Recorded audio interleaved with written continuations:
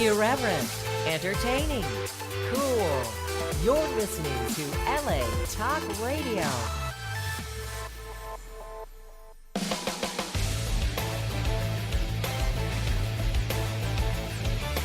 You're listening to the Sheena Metal Experience with your host, Sheena.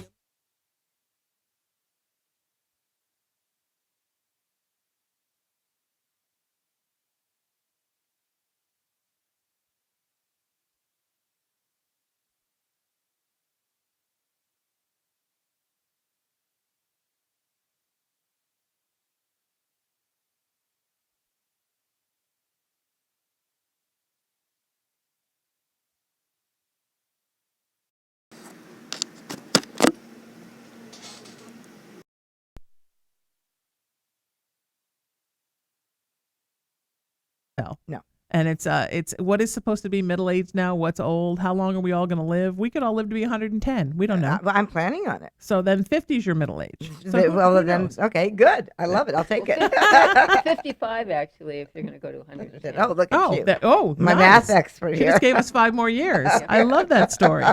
Well, I like that you're revolutionizing what a grandma should look like. Oh, I don't know about that, but I know you were really happy to be one. Oh, I'm just in heaven. It's the best ever. It really is. It's That's awesome. wonderful. Yeah, he's so precious. And I know that you and Cherish have always been so close. Yes. So it's like a whole nother little wonderful person to bond with. It is. It's just amazing. It's Because such you a two are blessing. such soulmates, you and Cherish. It's Yeah. beautiful. Because my mom and I were like that. Yeah. So that makes me happy Yeah, when I see thank that. you, yeah. When I see people loving their mothers. I'm forever telling people you only have so many days with your mama. Make the best of it. That's right. Of all the regrets I may have in my life, and I don't really believe in regrets, one I definitely don't have is that I spent a lot of time with my mom. Yeah. And it was good time. And even now, I mean, and here I go. It's, where I've been on for 30 seconds and now I'm getting spiritual. She very much guides me in everything that I do. And that's why when I founded the Raising the Vibration .org movement, I founded it sort of to carry on her teachings. I founded it on her birthday to carry on her teachings, her spiritual and her humane teachings. And so I just feel like we always did everything together, and this is just one more thing we do together. I love it. Right. So she never, and so when I start to get sad that she's not here, then I channel something into the work that I do with her, and then it's like we're together again, and it's a great way to get through the grieving process, to keep That's someone alive. fantastic. Definitely. Yeah. Plus Absolutely. the whole world, she was a very shy person, and now the whole world knows everything about her. So Aw. I think she would love that. So Judith, tell us about you. Welcome to the show. Hi. Well. Where are you from in the world? Well, I live in Los Angeles. Okay. I've lived at a few other places. I was originally from Arizona, born in Chicago, but Beautiful. mostly I consider myself a Californian. I lived in Boston for a while, and Oh, you've been everywhere, yeah. Yeah. Vermont. I lived Okay. in Vermont, and Nice. New Hampshire. Oh, I didn't know you. Nice. Yes, I How long did. were you in Chicago? Well, just till I was a year and a half. Oh, okay. And then, so mostly you grew up in Arizona. Yes. So you're a Western girl. Yes, definitely a Western girl. And how long have you been in California? Well, I came here when I was when I was a teenager, about 16, and I lived in Boston in between at 2 different times in my life, and it's an amazing city. And I was just there. I just came back from Boston a couple of months I ago. love it there. I'm Yeah. from New Haven, so close to there. Oh, very beautiful. Yes, Yeah. I've been there. It's I'm a New England girl at heart, but Oh. I can't imagine ever living anywhere but this crazy place. 'Cause I know, love it. me too. I love it so much. traveling In Los there, but Angeles? living I love it. here. Yeah. Although I have to tell you, I just in the last year and a half have been teaching in Dallas, and the only time I'd ever been to Texas is when we drove through Texas when we moved out here when I was 13.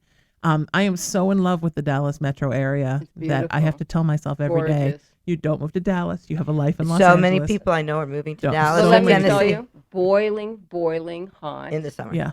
Well, I actually did the makeup on Dallas for. that's a couple how of years. Judith Yeah. and I Oh, isn't that met. wonderful? She was the makeup So artist. since you were babies. Yes. Yes, Wow. definitely. We have yeah. known each other forever. Isn't that Yeah. nice? Yeah. Yeah. Now, do you remember? And I don't know if we can. Well, I'm going to tell it. So I was like, I don't know if we can tell this on the air, but well, because we're going to. Here we go. I'm going to mention a name. So, Judith, was not dating anybody, Okay. and Oh, boy. you know, well, I Go was ahead. I was young, 18 right. years old, whatever, and Playboy magazine, sexiest star on TV, and all this Okay. stuff. And, Were you and 18 when you started Dallas? I was 17. Okay. yeah. I thought you were But younger so, than that. yeah. I went on after a couple of years, but anyway, go Yeah. on. So anyway, there and all these people, these things saying, I'm this and I'm that, I'm this and that. And I'm not dating anybody. So she says, you're not dating anybody. She goes, I have somebody I'm going to set you up with. And she says, But now, I didn't tell you who it was yet. no, but, well, wait, then you did. You said, don't let this freak you out, but I used to date him. And can I mention who it is? Yeah, of course. It was, okay, well, it was this, the singer Johnny Rivers. Okay. And I said, well, that's funny because I was looking for a house to buy in Beverly Hills. And I said, I just looked at his house and he It's was so home. crazy. I And didn't even he know. asked me out. I said, we actually have a date Friday night. Is that crazy? Wow. Is that crazy? But And that's something soul just said to family, me, right? Yeah. Supposed to be. Yeah. So crazy. Yeah. So crazy. So she had dated him. She says, look, I'm not interested in him anymore. She goes, don't think it's as if that's. Well, yeah, we were still friends, and I just thought he was great, and they'd be really, and she was amazing. So Isn't I that thought nice? they'd really get along together. Yeah. So Yeah. I ended up dating him. But that, so, That's a fantastic story. so Judith and I share everything. Well, not Not everything, everything. but But then I went on to get married to, of course, Johnny Lee, and then Judith got married, and she married Benjamin Ort from Wow. the Cars. So both married musicians. Yeah. Yes, we did. Yeah. Yes. I've been there, lived that life. Yeah, Not married too, but close enough. yeah. That's what you were just doing in Boston. They yes, they were a fellow by the name of Joe Milliken just wrote a biography on my late husband. My husband's no longer alive, and he actually communicates with me since we're talking about these things. But anyway, so he was doing a book signing in Boston, so I went back for that, and it was just great. It was a wonderful turnout. They got a great band that really sounded like the Cars. They were amazing, and David Robinson, the drummer of the Cars, came. It was a wonderful, wonderful event. It's beautiful. Isn't that nice? I love when we still have good feelings about people that we dated. We don't always get that. Yeah. But it's Yeah. nice when we do. Yes. Because when you spend however many years of your life with someone, Yeah. if you're constantly in an angry place about it, then it's Yeah. like you're angry about that whole time. And then if you've got kids, then the whole thing just gets so emotionally and spiritually convoluted. And why? Isn't it best just to let it go? Exactly. And in some sense, look, there's some situations where, my mama used to say there's an X on the poison bottle for a reason. Yeah. But Yeah. in many situations, it just, why? Just because it didn't work out doesn't mean it was anybody's failure or anybody. It just was what it was at the time. Exactly. It's all our journey, right? It's all our path, and we're supposed to encounter who we're supposed to encounter. Right, and It's- especially if you have children, boy, it's Oh, just yeah. Johnny and I spent too many years Yeah. being, idiots and not liking each other, Right. not communicating. So, and that's all. Now he comes to Tennessee, he stays with us. I go to Branson. But I isn't stay that at his nice house. that you can be friends? Because I Yeah. think you almost become like siblings in a way. Yeah, it's fine. Yeah. We know how to push each other's buttons and get each other. And Nice. Yeah. Nice. Okay, nice. And he still plays, which I love. Oh yeah, he's. But yeah, isn't that great? Yeah. I like when people never give up Oh yeah. He's never give up their stuff and keep sells doing out their thing. all over the country. So Wow. yeah, he's doing great. How'd you get into makeup?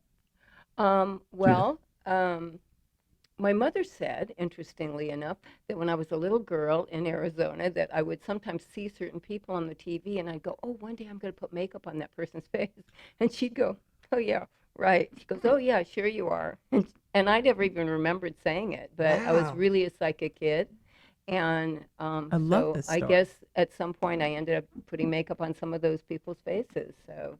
Isn't that beautiful? Yeah, but she didn't really pay attention to it because it didn't really seem like that was going to be an option. But I went to art. I mean, now I do photography, and so I'm also a body painter, so sometimes I do that. But it's a lot of fun. I like doing makeup as well, but I love photography She likes more. doing makeup. She also has been nominated for 9 Emmy Awards. No, Oh, what is it? What is it?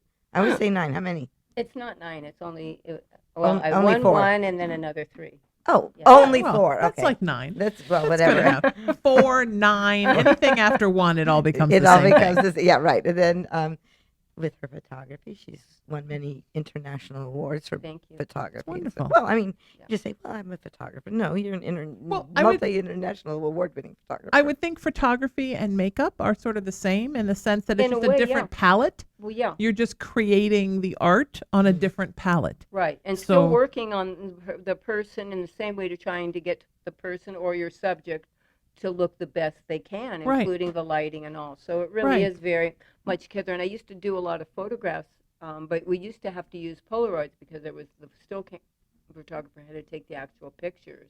But it's true. I learned a lot about lighting Yeah. that reason. I mean, when you think about it, a good makeup artist is like a painter. I mean, you're Yeah. taking a face, like a blank Definitely. canvas, right? Not blank because it has something. Definitely. But yeah. you're turning it into what it needs to be, whatever character or look Right. for whatever setting it needs to be, and you're literally painting a face Right. to look the way it needs to look, that's beautiful. So I would imagine if you have one, I have no fine art skills, but my mother did, and I know if you have one, you have almost all of them. Like if you have that eye, that ability to create in your mind's eye something externally. Thank you. It is good to have the eye. Yeah, that helps a lot. She definitely I don't does. have as much of the technical knowledge because I have this problem of keep getting new cameras all the time. But so I'm always learning how to use a camera. But I think I got some of the shots I did because of that. That's wonderful. Lost some of the shots because of that. And what are you up to, my friend? You're one of my dearest friends, one of my oldest radio guests. I mean, you've been here since the beginning with me. I know. I'm so proud of you. You're just amazing. Let's see. What am I up to? Well, I'm here in Los Angeles. I've been here for 12 weeks, working with James Caan in an acting class. James Caan and Val Lauren.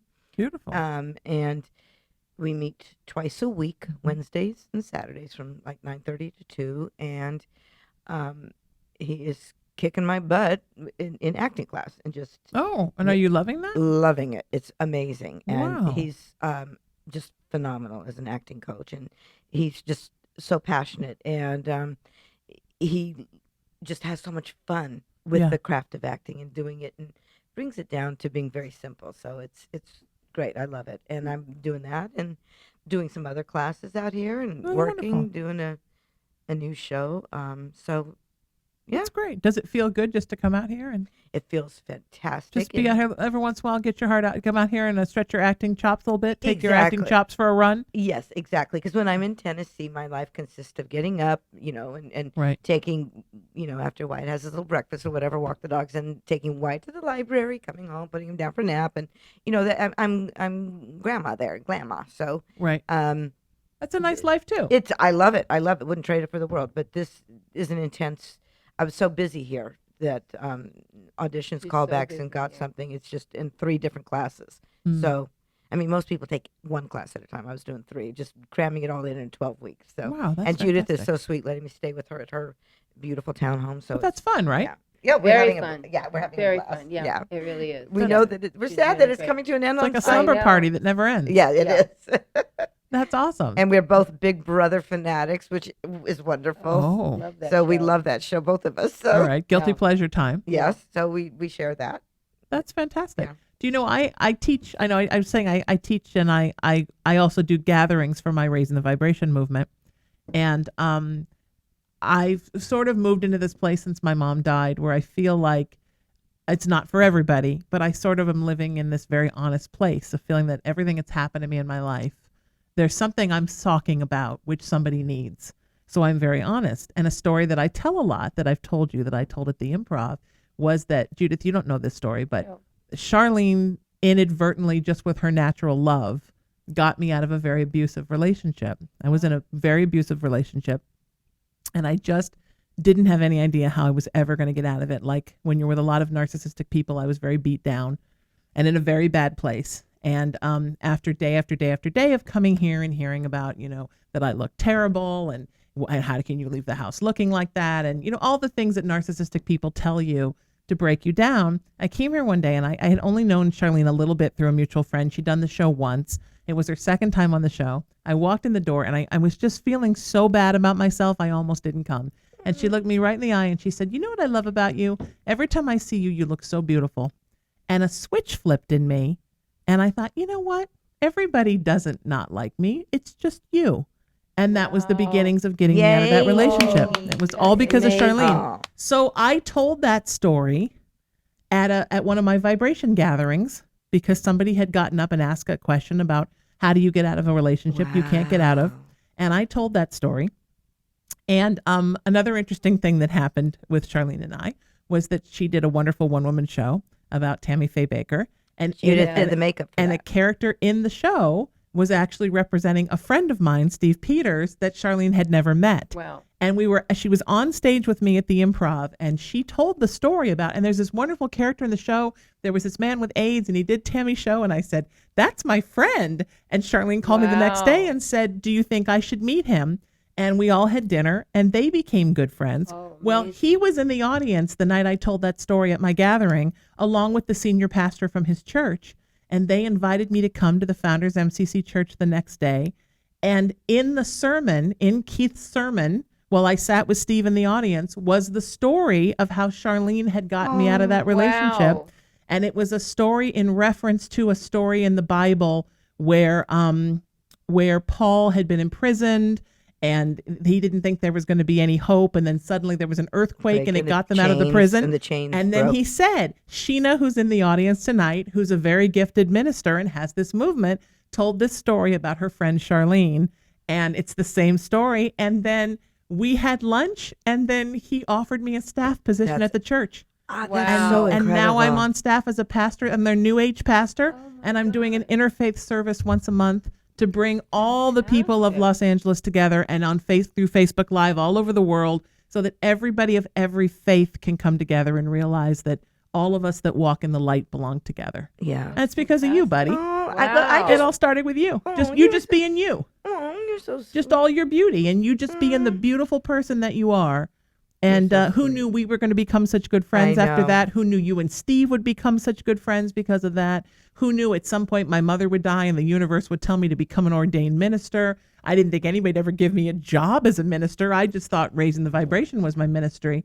And wow. Now, That's incredible. I'm so proud of you. Look at Thank all you. the things you've accomplished. That's amazing. I'm so it's- proud of you. You're so encouraging. I just put one foot in front of the other Yeah. and just keep listening to what God tells me to do. I mean, honestly, that's how I live my life. I just wait for message to message to message, and Yeah. without expectations anymore. I think when we're young and we're Have actors, expectations. right? We grow up with, and we're artists. We grow up of all kinds. We grow up with all these expectations. What if I don't get this? What if this doesn't happen? What if I don't Right. get that? What if I don't meet this person? What if I don't get this TV show? What if they don't get this syndicated radio show? Everything is about us telling the universe, this is what my life is going to be. And what we need to learn to do is close our mouths and open our ears and start listening to what the plan that universe has for us. And then all the best messages come, and it's like, oh, it was that easy the whole time. Yes. But I think, my mama used to say that people were just smart enough to be dangerous. Yeah. And I think we have it all figured out. And the truth is, if we just spent more time listening. So I live with no expectations now. I just wait for the next message and I go. Just completely in service. That's Great. what I do. And then look, today I met you and we talked about I spirits know. and mediumship, and it's just, that's the beautiful thing. Oh, I knew you and Judith would. You guys are Right. She the said psychic and spiritual thing. I told Judith. I said, "Oh yeah, you're gonna love Sheena. She's Yeah. right up your alley. Great stuff." So And you're sort of like a progressive Christian, right? You're like a more traditional, I think, in your beliefs, but also Yeah. completely progressive in your inclusion of everyone. Oh, absolutely. And love of everyone. Absolutely. And that's very much what the message of the MCC Church is. Right. And I Absolutely. think that's why they thought it would be fun to bring me in to sort of then bring in some folks who are a little different than progressive Christians. So a lot of my sermons are sort of about Jesus as an open-minded healer Great. and a teacher. And wow, what an exciting, fantastic thing! And again, all because of you, my friend. Thank you for Love it. thank you for the gift that kept on giving, Oh, and you're lots of so help from my precious. mama in spirit. Absolutely. So tell my listeners, because we've talked about it here before, but why you felt so drawn to do the Tammy Faye story. Because, I mean, it's almost like, if you don't mind me say, I know Judith will love this, like you channel her when you do her. Thank Like you you. just Yeah, reach up into definitely. the universe and you pull her down, and she's Definitely. co-creating the role with you. I'm Yes. sure she is. Yeah. Yeah, Because I was with Charlene when she met her. yeah, and And she said, no one could do me but you. I really want you to do my story. Right? Yeah. She told her that. hmm and I told Tammy Faye, I said, look, when I do this, I can put a wig and eyelashes on my cat. My cat could play you if I'm going to make you a caricature. I'm not. I'm going to play you as the woman you are, Yes. the real human being, Mm-hmm. good, bad, indifferent. And she gave me the rights, and I had a great time with it. What I loved about Tammy Faye was that she really was she loved people. Mm. And I even, one of the last times I had dinner with her, I asked her, I said, I've had an audience with the Pope. I've been around Billy Graham. I've been around great theologians and people like that. I said, but when I'm with you, it's like the love of Jesus just pours out and touches people. And the waiter would come up and take our order and start crying. And Mm-hmm. people would come up to her and say, well, my father has disowned me because I'm gay. And she says, well, honey, I'm sorry that your father did that, but he doesn't know what he's missing in you. But you have a Father in heaven that loves you and created you with a plan and a purpose. And she just really loved people. But back then at PTL, when she had Steve Peters on, Right, in the late 80s. in the late 80s, and he was the first openly gay man on her show. Yeah, and with AIDS. And with AIDS. That's what yes, exactly. The first. And at that time, people really weren't quite sure exactly how AIDS was spread at that time. Mm-hmm. And everybody was running scared. Mhm. And Rock Hudson had kissed Linda Evans on the show Dynasty, remember that? And everybody was afraid that Linda Evans, is she going to catch AIDS? I was with Liberace when he passed away, and his body had to be exhumed Oh, I 2 didn't weeks know that. 2 weeks later because he died of AIDS. And he had that plot in Palm Springs, and they didn't know, well, how does this happen? Right, is the AIDS going to crawl through the dirt and infect everybody in Palm Wow. Springs? Yeah, and Yeah. Oh, go I through didn't know the that. birds. It was a plague, right? When we don't think about Yes. AIDS as a plague, but it was a plague. was, But yeah. when a plague starts, Yes. everybody starts to panic. It's like the people when Godzilla's walking down the street and everyone's running and Godzilla's coming. Right, People exactly. all turn into the townsfolk from Godzilla when there's a plague. And I Right. bet in the makeup business, you probably lost Oh. so many people, Judith, So at that many. time. And So Absolutely. many friends.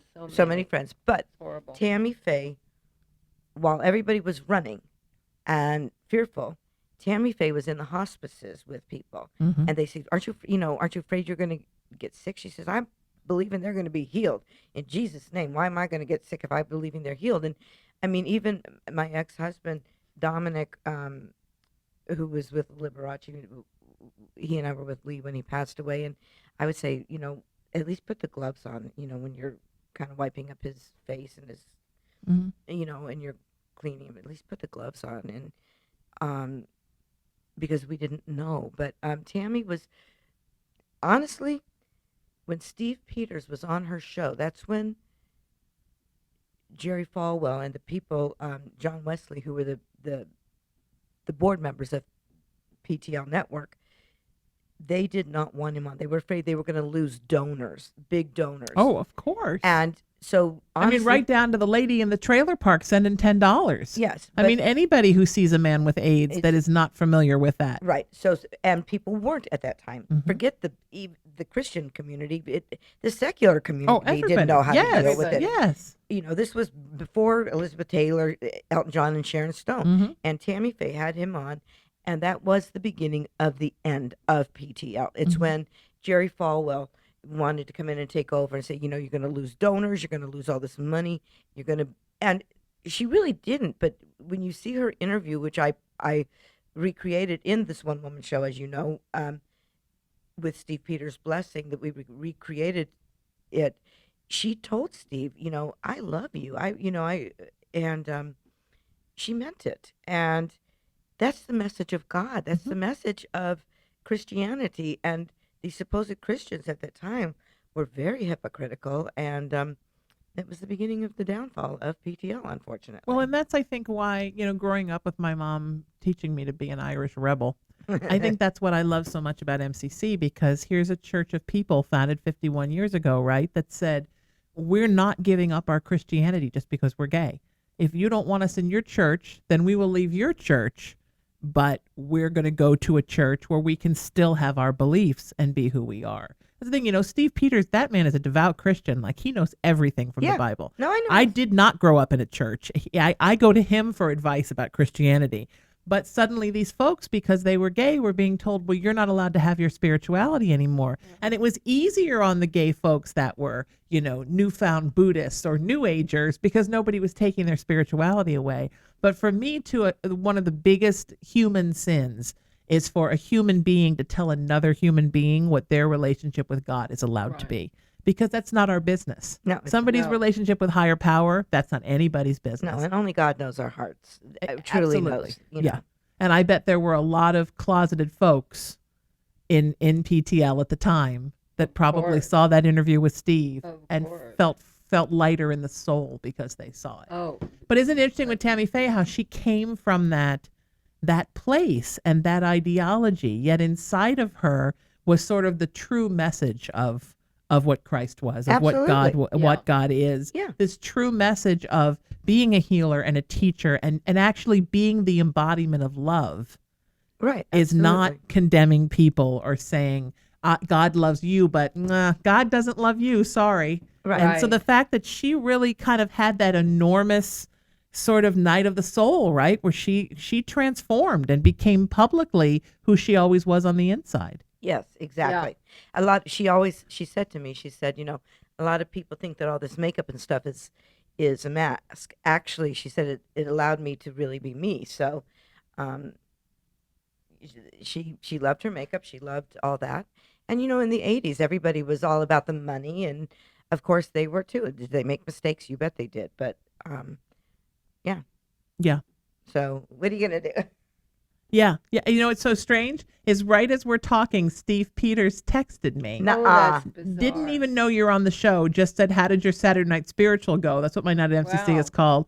I got back in LA late last night. I hope we can figure out a time to do lunch soon. That's so funny. Isn't that that's Yeah. the connection, right? Because I've got chills. when That's Charlene right. met Steve, it was like, so I got introduced to Steve through our friend Allison Arngrim.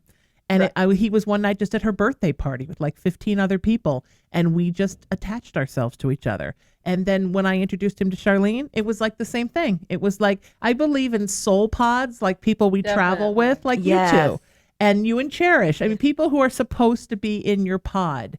And you just, when you meet them, you feel like you've known them for 50 years. Yeah. And you just know they're your people. Yeah. And I think with all the things in life that can be difficult and challenging and make us feel insecure and unsure, the one thing that kind of gets us through everything is our tribe. It's our soul pod. It's the people that really get you on kind of a base soul level. Absolutely. Absolutely. And just that, like, having no idea I'm sitting here with you, he would text me out of the blue. Oh my gosh, I really was hoping I would get to see him while I was here this time. Yeah. I know he just had a wonderful time back east. I'm sure he did. Yeah. I And can't wait to he hear all just got about back as you're getting ready to work and then go. and then leave. Yeah, That's the exactly. story, right? Work and then leave. Work and then leave. But well, Judith and I have been like that forever, and Judith has seen me at my absolute best, shining at my best, doing my best work, doing the best, and she has also seen me at my lowest moments, and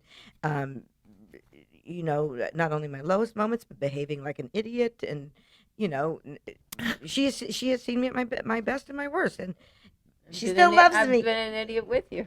Well, we had a lot of fun being an idiot together Yeah. sometimes. Yeah. So Judith, what's a little bit of your spiritual path been? Since apparently this is a spiritual show, so we're talking. It's just I'm very spiritually motivated, actually. So that's just such a large question. I'm very much like you, where I am very flexible, and I definitely go with the flow, and I definitely go with messages from my guides, and Yeah. I'm just very connected to that. It's just such an intrinsic part of me, and I think the more spiritual I acknowledged that I was, and the more I started living as a being of service, the easier it became to be an artist. Because I think Oh, art is really interesting. like you just sort of wait for universe to tell you what your next art project is. interesting. But And- it's so and hard to music. wait. It's the waiting, right? And the believing that the next one is coming. And sort of the more I got used to sort of living in the now. Yes. Because, when I got this job over 10 years ago, I was going to give radio up. I had been in a situation that was not for me, kind of soulless. The dichotomy of being the most famous I'd ever been and at the same time the most unhappy I'd ever been. And when it ended, I did 5 shows for them. And when the last one ended, I was honestly just too exhausted to beg for another one. Wow. And I was also in that relationship, and I was at a very unhappy place. And a friend of mine had, out of the blue one night, said, I was booking live music, and that was my living. Said, you know what, you're booking music in like 7 different places. Why don't you just open a place and book it yourself every night? And I thought, maybe I'm going to do that, get some invest. And I'm driving down the street, coming home one night to my house after shopping, and I thought, you know what? I'm not even going to be upset anymore about any of it. I'm so happy that I have enough of a name that I probably could get some investors. I could open a place and I could book music during the day, and I could use recipes and cook, and I could open a place upstairs and teach and have comedy and improv, and I'm just going to let this all go, and I don't care if I ever get another radio job. And the next day I got a call from our owner, and I got this job. Wow. Oh my God. Amazing. Is that it? I mean, really? I mean, it was all about, and then that next couple of years, my first 2 years here were really just an exercise in surrender. And it was a lot, letting go of a lot. And Charlene can tell you, I mean, I'm 200 pounds thinner than I was. I mean, I let a lot of stuff go. And as I let emotional stuff go, then physical stuff, I mean, everything changed as I just stopped living in this place of like deciding what my life was going to be. And just letting, so you know what, I'm going to let something a lot more advanced and older and more spiritual tell me what they want from me, and just do my thing. But I think there's a very spiritual flow to the arts and the entertainment community. Definitely. And if you're just waiting for the good stuff instead of always trying to like pound that square peg into that round hole, you're a much happier person through the process. Oh, Right. You had mentioned absolutely. earlier about, you didn't quite say it like this, but like attaching so much importance on things. So like for, Yeah, on expectations. and you And said expectations, expectations, but yeah. so like Yeah. going on an audition, or, and it doesn't matter. Yeah, I was on Dallas for 11 years. It doesn't matter who you are. You still have to go in an audition which is great. I think that's fantastic. If they're buying the goods, they better see what they're getting. But when you go in an audition, and if you put so much attachment, like, oh, this is the part that'll really change my career again, or this is the part Right. that'll let me buy that house, or Right. this is the part that'll get me out of debt, or this is the, Yep. you attach all that stuff to it. And I got to tell you, those are the parts that just go through your fingers. So I'm really kind of right now, Scares it really, away. yeah, but I'm literally learning to just, like you're saying, not put expectations Yeah, on it, let go of expectations. and not put attachments to it. Just go and do what I'm supposed to do, which is go in and show them at an audition my interpretation of this part. And manifesting stuff. And I know there's a lot of the, like, what my mom used to call the evangelical new agers. They sort of believe that like manifestation means that you make a vision board and you put $1 million and a Maserati on it, and you stick it under your pillow like for the tooth fairy, and then you wake up in the morning and it's by the side of your bed. I mean, it doesn't it doesn't really work like that. I think manifesting. Oh, it might work. I actually have a story about that. Oh, it worked like that for you? It By all did. means, tell me. Okay, so my friend's father came over to her house one day. I'm at her house, and he brings her a stack of magazines, like a lot of Esquire magazines and all. So just for fun. And then for some reason, we had some, we were watercolorists at the time, so we had watercolor paper. And I said, oh, we should make, a vision wheel. And this is really years ago. So we build this guy. I build this guy. She did whatever she did. I don't remember hers, but I built this guy out of different things there. a guy like you cut out a human form. I cut a guy out whose looks I liked in this Oh. Esquire Okay, magazine, okay. and we She built. didn't make a full size boyfriend. Yeah, but or you said I anything. built a guy. I was No, like, he wasn't full size. Charlene's It like, you wasn't can build a Frankenstein. guy? Well, Frankenstein. Yeah, I'll make you one later. Anyway, so I build this at her house, and we had great fun. Whatever, put the board in her closet, and that was the end of it. I never thought of it again. And a couple months later, I meet this lovely man, Jack. Oh, Jack Stevens, and from the musical director of Dallas. It was his friend. And so anyway, so then it was at Karen's house. Karen meets Jack, and she goes, oh my God. When he leaves, she Are goes, you that's the kidding? guy in the closet. I go, what guy in the closet? So I go, he's He was a definitely model. not gay. So she goes, no, the guy in the closet. She goes, you're bored. I go, I don't even know what you're talking about. She goes, with my father's magazines, and she brings it out. And I swear to God, Jack was actually a model. He also built restaurants, my but he God. was actually He's a model. gorgeous. Nina Blanchard said at the time, I could make you my top model, but he wouldn't do cigarettes, he wouldn't do alcohol ads, and he was, very, ethical about things like that. In the meantime, it looked just exactly like Jack. It's hysterical. Yeah. So he was on the vision board. I never Wow. told Jack And that. then So funny. We still talk periodically. And you dated for a long time. Oh yeah, and we still talk periodically. Wow. I stand corrected. I'm going to put a Maserati and $1 million under You're my gonna car. go and start. You're gonna build one now. I didn't think of putting a Maserati on magazine on the mine. way You know home. what? Yeah, I think I'm gonna put a Maserati Get a magazine on on the mine way with home. I don't know, really. But I didn't even know it. And then she goes, "Oh my God, he looks exactly like That's the guy on your hysterical. board." And it was. Yeah. But I do think a lot of times even manifesting is just saying, these are things I would love to have if you think that they're the things for me. Exactly. And That's so you're how sort I of think now. co-partnering with universe, with God in everything. Yeah. And then it's amazing when I stopped saying like I want and started saying, "Hey, here's some stuff I would love to have. What do you think?" From everything from friendships with folks to, opportunities to things I'd Absolutely. like to be involved with. I mean, I had 2 dreams when I became ordained, except to run the Raising the Vibration ministry, which was a given. One was to work at the Founders MCC, thinking that would never happen, and one was to work at a Center for Spiritual Living. And now I just did a gathering at the CSL in Granada Hills, Wow. and I'm on staff at Founders. And those were my 2 specific things that I wanted as a minister. And my goal as a minister, because I mean, obviously with the movement, our cornerstone words are peace, love, kindness, and unity, and to bring more of those things, because those were things my mama thought people really needed to work on, especially unity. Today this can be a better message. Yes. Right. But as a minister, my work has always been, my goal was to be able to show people that we all basically believe the same thing. Yeah. So to be able to run an interfaith service, I mean, we all believe the same thing. And it's so interesting how if you stop trying to force it, throw yourself against that closed door Right. and just say, "Hey, you know what I would love? I would love this."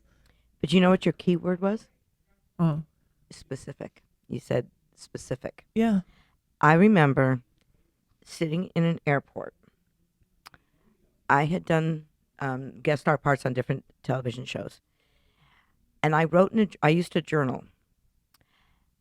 And I wasn't just journaling. I don't know how to explain it, but I almost kind of went into this other. You were channeling. I was literally channeling, but I worded it very specifically and very odd.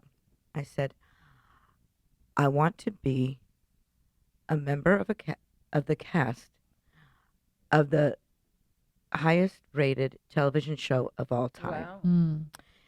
and making X amount of money a week. But as I was writing it, I was just in this zone that I can't even describe. I was just I just really, like you said, maybe channeling it, whatever. Why I worded it like that, I don't know, because I Love Lucy was at that time it still is like my all-time favorite show, but it was still seen worldwide by more than anyone. Anyway, and sure enough, exactly what I wrote. I became the cast of Dallas, one of the stars of Dallas. It was the highest rated show of all time, and basically to the T of what I had said I want to make a week is what I meant. So I said, darn, I should have written something higher. But Exactly. And $1 million and a Maserati $1 million. at the same time. I did something. I wouldn't know what to do with a Maserati. Yeah. I'm also a hypnotherapist, but anyway, I did a hypnotherapy on myself, or hypnosis on myself, saying what I wanted to make the next year, what I wanted to see on my tax return. I ended up getting married, and we did a joint return, and that was the exact amount on it, but unfortunately it was the two. It was the two. But you said it on my tax return. I want to see it on my tax return. But what you said, thought Sheena, is is the being specific. You've got it being specific. I always talk about this with a lot of my clients and my students, that the universe is extremely literal. Yes. Yeah. So if you're literally saying to the universe, I don't know what I want to do next, then you know what? Right. God's kind of sitting around That's like, what you're doing. I'm waiting. So whenever you decide what you want, we're just over here waiting. So Well, we're it gives you ready what to you send some want. stuff. It's sort of Right. like, either what you want to happen or what you don't want to happen. Right. It will still, that's the truth of what will happen. Yeah. I mean, when you're Whatever when you you're put the energy on. exactly when you're living in fear or whatever, that's faith, but it's just used in that way. So you have to be very careful. I think with what comes out of your mouth, I try to watch mine very carefully. I cherish my daughter, and several people have said I have a real gift of encouragement. And I just, yes, you do. And I love that. I just love people. I love to see their talents. I love to see the faces and bodies, and I don't know, just different. It's everybody's just so unique and wonderful that I just love. Yeah. I mean, I really. Yeah. I do too. I too. just love being with people. I do I too, do and I too. love seeing different people's talents, and I don't feel like I'm competing against anybody it's in so this weird. business. And I raised Cherish that way. So going to Nashville, it's interesting because there she is, she's become a top songwriter out there, but y- she was always like, So oh, talented. yeah, she's very like, oh, meets this girl in Whole Foods. Hey, I'd love to come and write with you. Come and write with me or whatever. I saw you play this at such and such. Let's go write together. And Cherish is very open like that, isn't she, Right. Judith? And Very. but I Right. raised her Very. like that. But that's So, how you are too. You're Yeah. very open with people too. yeah, Yeah. I'm not. But it's also tribe building. I mean, we're not supposed to be stagnant our whole lives with the same three friends. right. I mean, No. you're supposed to be continuing to bring new opportunity into your life like that. That's just plain physics, right? An object in motion stays in motion. Yes. The more in motion you are, like work begets work, Yes. right? You never get We were offered just more saying work that on the Yeah. way Yeah, here. than when you're Yeah, working. I absolutely. mean, the more you do, the more it gets thrown at you. Yeah, Yeah. absolutely. So I think and also just to be a person who, like Cherish is, to be a person who isn't just saying, oh, well, I only want to write with songwriters that, have this many credits and have sold this many things. I mean, to be somebody who says, I want to be a songwriter who writes with anybody whose music speaks to my heart. Yeah, And, absolutely. and to really, Cherish follows her heart places. Yeah, she does. She does. And, Boy. sometimes as a person that has not served her well. Yeah. As an artist, it serves her wonderfully. Yeah. Because she stays with an open heart and Right. and she doesn't think with her pocketbook. Like some people are like, oh, I only want to write with people if I think they're going to get me to X, Y, and Z. Right. And that's not the organic Lots nature people of live art. Their whole life like that. Oh, but she's such an organic songwriter. I mean, everything she Yeah. just pours her life Songs are experiences into amazing. her Yeah. into her music. I mean, Yeah. literally everything. It's so yeah, and I think that you're right. If you're thinking only about money, Right. Or status or fame Yeah. or what's going to make Right. me look good to Right. be with who. right? I will say I've taken acting jobs strictly for the money, and Well, sure. Well, there's nothing wrong with that. Yeah, but that's a but job. it's a job. That's and not saying as far as creative collaboration, you would Right, only right. create with someone right. if Oh, right. they right. were making so much money Right. or somebody was. But no, I mean, sure, we all take jobs because it's money. Yeah. I mean, we all have to live a human life and Right. pay the bills. Yeah, exactly. As for artists, I think we're all like, oh man, we have to do that. But we all have to do that. But I think it's different than if somebody asked you to come and do something that you really, really believed in. Hey, come down and be in my thing for a day, and you really believed in Oh, it. of course. You'd come in a heartbeat and do it. Absolutely. But there are a lot of people that wouldn't. They would turn things down. And it's interesting And how do. Yeah, and a lot of do. people do. And now we live in a world where all these magic things that have zero budget are becoming these terrific things, and people are getting HBO shows out of them. And we live in a different world now where creative things are just getting plucked out of nowhere and picked up. I have an amazing story. I don't know if we have time for it. But anyway, it's an amazing story. Please. This man, I used to make logos, and this man had this huge printing company. And I said, God, and it was really huge, bigger than one that I had been involved with before. And so I was doing these different things with him. And he said, well, it's an amazing story how I got to be this big. And he said there was a kid that worked for him, and the kid used to clean the floor and things like that. And he said, and he really messed up a lot. And he said, I wanted to fire him. He said, but I just didn't have the heart to. He said, and then he goes, so I kept him. He goes, and it was really frustrating, but one day the kid came to him and said he was going to another country, and he had to leave, but he really, thank you so much for letting me work. And the kid came back. He wanted the job, and he goes, oh, I'm sorry, I hired someone else. And he said, okay, he gets another job folding flyers. And that's his job, and he's sitting in this big boardroom of this company that was the biggest company that did these flyers, and they were complaining about the printer that they worked for. And this kid goes, oh, I know a great printer that I used to work for. And they go, oh, really? What's his name? And they called him. He said, my business went up $50,000 that year. Wow. $50,000 more than what he had been making. He goes, and it was like the biggest company. And he said, and that's why my company was so big, because I didn't fire that kid. And because he treated him. And he said, because I Wow. was nice to that kid. And he said, and there it came back to me. Wow. And he said, I never expected anything to come back from it. He Well, goes, that's the story of Ruth in the Bible. and that's Absolutely. There Absolutely. you go. Have you always, Judith, been that open-hearted? Um, Or is it something that came with? I have. I've been very similar to the way I am because as a child, I was sick in bed for 4 years. Mm. So I had I had guides and a guardian angel that used to talk to me.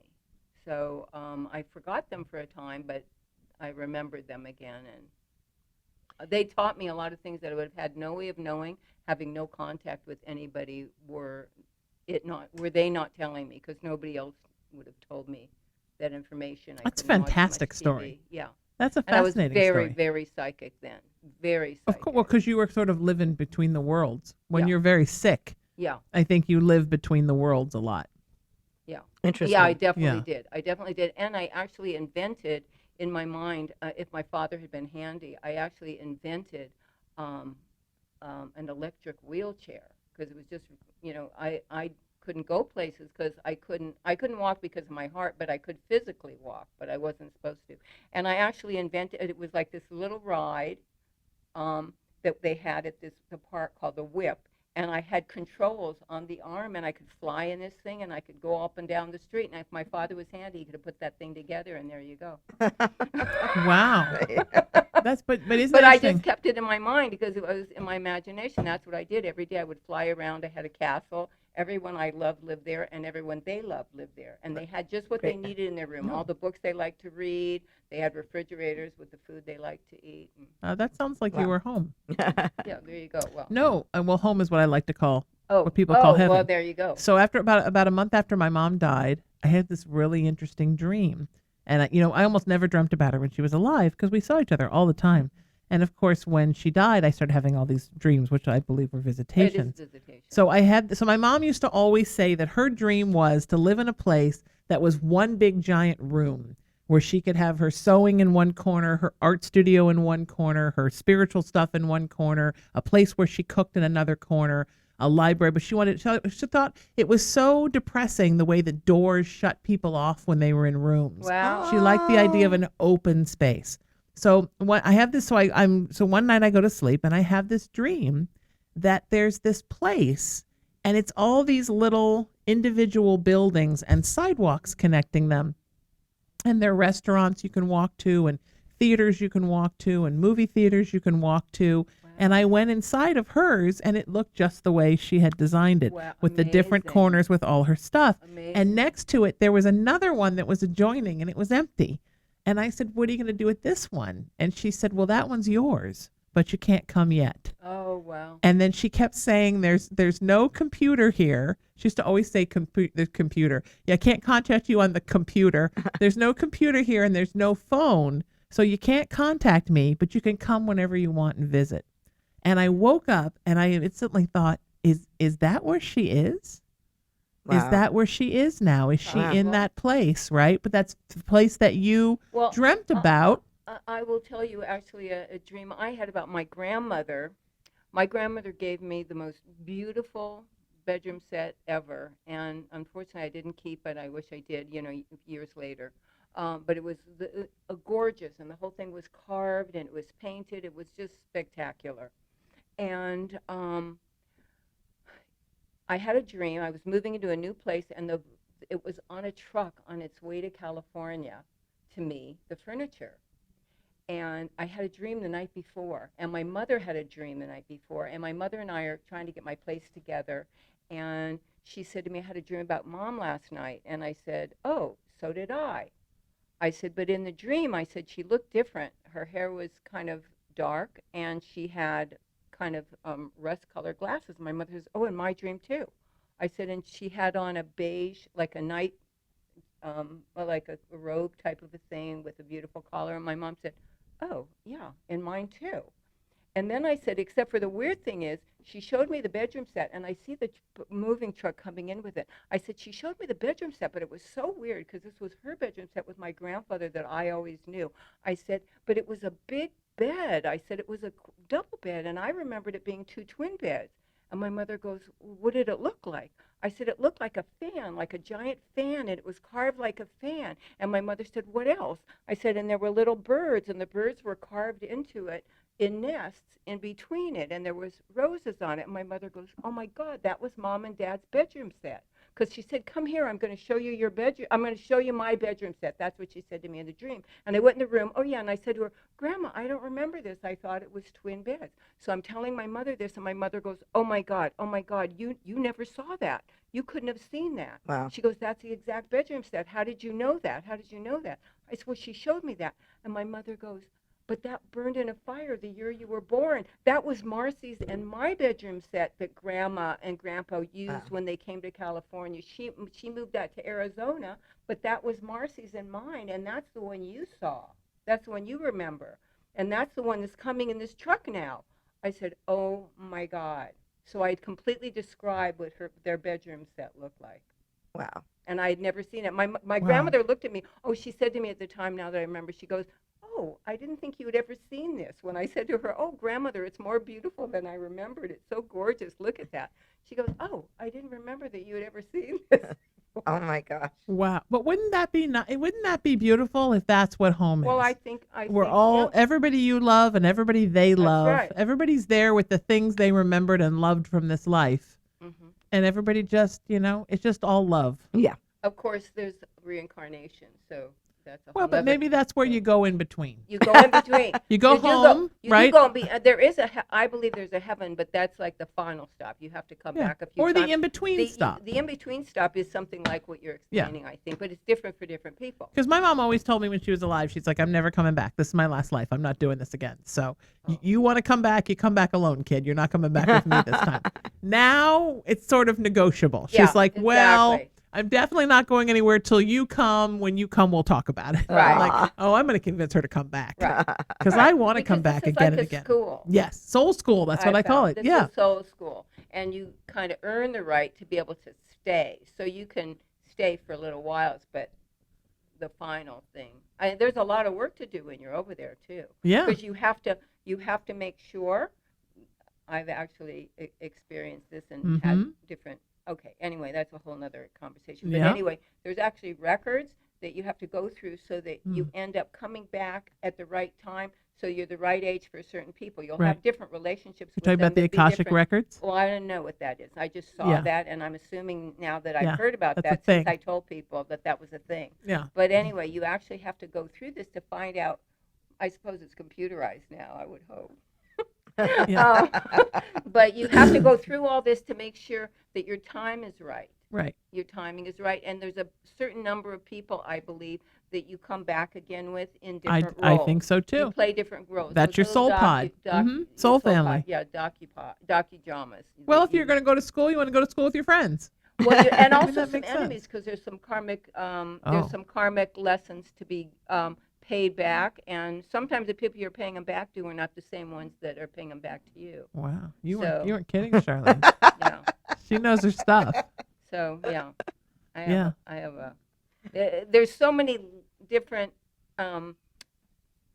levels of this. So a conversation I have to kind of cut at some point because it keeps ballooning out. But anyway, yeah. Yeah. What about you, Charlene? When do you feel the most connected to spirit? When I'm praying, when I'm reading my Bible, and I love to walk every day. I walk every morning, and I just use that time to pray and do my breathing exercises. It's nice, and- right? Yeah. Charlene is a very legitimate person. Absolutely. Oh, She's so very in everything she does. It's with so much love and Thank you. understanding and humor, and she has really her head screwed on straight. Thank you. Is she a lot different than she was when you met her? Well, we both have evolved, but yeah, in some ways she's a lot different, but in some ways she's the same. She's always been really sweet. I was always shocked when fans would come up to her, and she would just be so present and so available to them. And remember a conversation, with so many people coming up, and remember conversations. She's, "Oh, you have a daughter that's in college. How is she doing?" It's like, how does she remember everything? So I've seen her walk in to a whole crew, ask everybody's name, and literally never ask it again and remember everybody's name. Absolutely shocked me. Shocked me. Well, you care to remember people, and you can you And you're that's like not, just a one day. and you'll say nice things. You say what's in your heart. A Yeah. lot of people, I think nice things about people, but they don't say them. They think, oh, somebody will make fun of me, or it'll come out wrong, or somebody will think I'm being this or I'm being that. Not me. I walk through Not stores, me. and if I see somebody working there wearing a shirt, I'm like, oh my god, that color is beautiful on you. I mean, I am Oh, the I same do way. that everybody. too. I'm the I same talk way to too. everybody. I do Yeah, too. me too. I do too. Me That's too. what I love about living in Nashville, because let me tell you, everybody does talk to everybody there. It's nice. And people look at each other in the eye and they really have conversations. If you're going to the grocery store, the checkout, whatever, it's everybody talks Yeah. to everybody. The gas station attendant, I love it. That's what I like about Louisville when I'm there. Arizona, Yes. Arizona was like that, but my cousin was horrified when I did that when I first moved to LA. Well, And I am like that. Yeah, you are. Yeah. So is Judith the same as she was when you met her? Yeah, I think, like she said, we've evolved, but the same. I think the core of who we are is probably the same. Judith's always been a very compassionate and giving person. I mean, this one will give anybody anything. She's always there to help somebody that needs help, or whatever. And the hardest worker. I'm telling you, she wasn't just the makeup artist, but she would also say, the lighting and this and that, and she watched out for everything. And so yeah, she went way above and beyond the call of duty. Thank and you. But you did, and she went off to do some very, very famous people, Elizabeth Taylor and and I mean, you could rattle off names that she was very close with doing their makeup. Did you work on any other actual shows, or did you do mostly makeup for events or for people? No, I did shows. Definitely. I worked on TV shows. I worked on movies. They weren't, necessarily. I wasn't the department head, but I worked on a lot of movies and a lot of television shows and She did a lot of very famous, a lot of different things. but these people would trust her. Yeah, of And- course. And yeah. because you're in their inner circle, and it's a very intimate and close relationship that you have, working like that. Your call time is 5 a.m, and there you are. And I Nobody's remember- at their best at 5 a.m. Yeah, and I Some actually, people are. She was always chipper. I was always chipper, yeah. Just chipper in the morning. I don't know why this You memory were always came. chipper in the morning. I don't know why this memory just came. Do you remember you and I were the only two people on the sound stage the day that John Lennon Yes. died? Yes. Do you remember that? Yes. I'm- Terrifying. Yes. I'm driving yes. to work, and we were terrified. and the news just broke. yeah, we heard as- it, and we were in the trailer. Yeah. But I was driving to work, and it was in my car. She's there, and we're just there, Or and the maybe two of you us are told me. shocked. Yeah, it was shocking. And we were just shocked, and we were the only two people on this canal, It this was big, shocking. Yeah. huge sound stage Yeah. by ourselves, and yeah, it I was just, remember. and we just were kind of numb. Yeah. And we're like, we were supposed to be getting ready. I'm first shot of the day, and I'm like, we both of I us, we were just remember. like really, Yeah. I don't know why that memory just came. It Was just, he a very influential musician in both of your lives? Oh, it was, Because I know Definitely. music is important to both of you. Definitely. yeah, I mean, he was, but it was just just shocking. the Just, idea. and it was there's just the two of us. I was literally just hearing about it. Yeah. It- And it was so he was just doing something so normal, just going home. He was in a limo. He was going into his safe building, with a doorman. He was coming out of a limousine. He wasn't like in a bad neighborhood. He was just walking down the street, and then doing something lovely like signing a book for someone. Mm-hmm. And then that person takes his life. Yeah. For that 1 second that he turned around, he could have just kept walking in. You know what I think is interesting about that? I remember that was the year, it was either the first year we lived here. I think it was 1981, wasn't it? Was it 81? I don't remember. I don't So remember it the was year. right after the Double Fantasy album came out. I don't remember. And I remember when the Double Fantasy album came out, all of the press surrounding it was all about how this was sort of like a kind of like a turnaround for him. Like he had let go of so many of the things that had caused him angst and made him unhappy, and the negative things, the not good for him things he had done out of rebellion and different things. And that now he was sort of settling into this different life with Yoko, and they had this young kid, and it was all about like, this album was going to be all about love. Remember, Yeah. a lot of the Yes. songs on Yes. that album are all Yes. about love. And he was just going to sort of settle down and become a happy person Yeah. and not be somebody who let all of his demons Right. control him all the time. Yeah. And then poof, he's gone. Yeah. You hear that story so much. Yes, but you know what was so amazing is he'd worked with Phil Spector, and he used to pull a gun. And May, when he came to LA, and Yoko stayed in New York, and he came here, and he had that girl May, and he was working with Phil Spector, and Phil Spector kept pulling a gun on him, and May was warning him and saying, you know, he's crazy. And he said, oh, he can't be loaded. He wouldn't be that crazy. And Joey Ramone, same thing. He actually, I think, shot at Joey Ramone. And then Joey realized the gun was loaded, and he almost killed him. So it was interesting. That was not that long before when he actually died, you know, and here with the gun. He never believed it was loaded, and here Phil Spector ends up shooting somebody, and they realized all those years that gun used to threaten people, and John especially, and it was loaded. Wow. Yeah, you know that it was only not that long ago, right? 30 years. Yeah. And such a I mean, I guess almost 40 years now. Is it? But man, 1981. Oh, yeah. Wow. But so we were so much more accessible then. We worried about so little then, right? You breezed through an airport, It didn't was think it was twice shocking about then. it. It wouldn't be as shocking now, but unfortunately, but it was very shocking. I mean, back then. somebody Yeah, of very the shocking. fame level of John Yes. Lennon would have to have Yes, security and now. because of the fact that, you know, he got out of a limousine. Oh, Right. Probably maybe the limo driver was a bodyguard, maybe not. But No, it's I don't still- think he had bodyguards. But even if he didn't have a bodyguard, he came out of a limousine. He went into a building with a doorman. You know, people that live in New York, that they feel very safe if they've got a doorman and Yeah. they get out of a car. You know, that was driven and dropped off at the Right. door, and Yeah, he you're right. was. So he, you know, he did everything right. He wasn't running around, you know, at 4 a.m. in a bad neighborhood. Right. No, you you're right. know, I just flashing. remember the two of us that morning. It was just shocking. It was just, shocking. Yeah. Yeah. So, but It's interesting. It's interesting how you bond with friends and yeah, the Yeah. things that you remember. Everybody was scared that day, though. Everybody was coming in really scared because you just didn't know. Maybe, you know, people would like start to do things and try to come on sets. I remember people actually talking about that and worried. Wow. Wow. What's on your bucket list? What do you want to do that you haven't done? You've done so many things, so many awesome things. I know it was the Tammy Faye show, but now you've done that. I've done that. Well, I want to continue doing Right, that. So but I mean, I do want to.